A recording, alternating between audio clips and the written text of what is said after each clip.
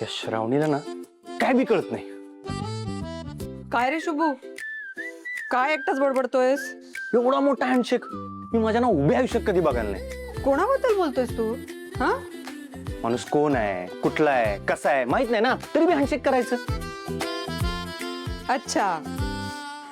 अरे पण तुला इतका रागवायला काय झालंय? मला काकू काकू रुद्रप्रताप काय डॅशिंग आहे ना तो, आणि नाव तर किती मस्त आहे, रुद्रप्रताप. हे काय नाव आहे? रुद्र प्रताप.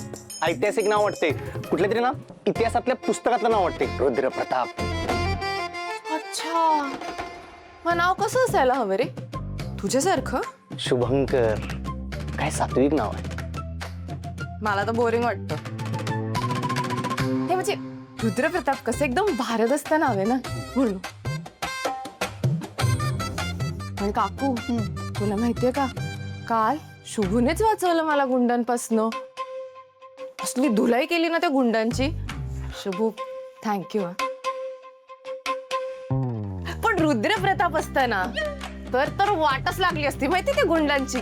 म्हणजे शुभूचे 10 ठोसे, त्याच्याऐवजी ते रुद्रप्रतापचा 1 ठोसाच पुरला असता. एका फाईट मध्ये 3 गुंड गार झाले असते. किती मतलबी आहेस ग तू. हा, एवढंच होतं ना मग त्याला बोलवायचं ना, मला कशाला बोलवलंस मारायला? हे बघ, पहिली गोष्ट, मी जर रुद्रप्रतापला आधीपासून ओळखत असते ना तर त्यालाच बोलवलं असतं.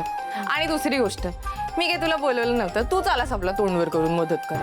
नाही, मला कळून चुकले, तू मतलबीच आहेस. मला कळत नाही तू एवढा का जळतोयस? मी कशाला जळू? मी नाही जळत. नाही ना, मग ठीक आहे.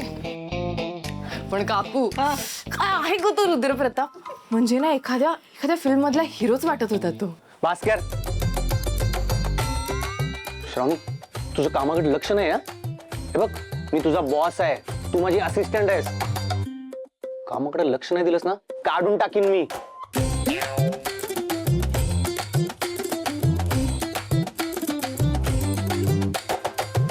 काय ग, का त्या बिचाराला त्रास देतेस?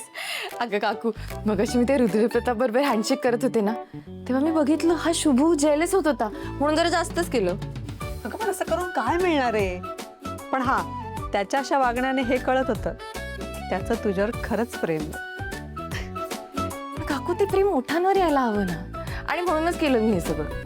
त्याचं माझ्यावर जर खरंच प्रेम असेल तर तो मला आय लव्ह यू म्हणेल. म्हणजे तू बघच, आता वधवूनच घेते मी त्याच्याकडनं. काय ग तू?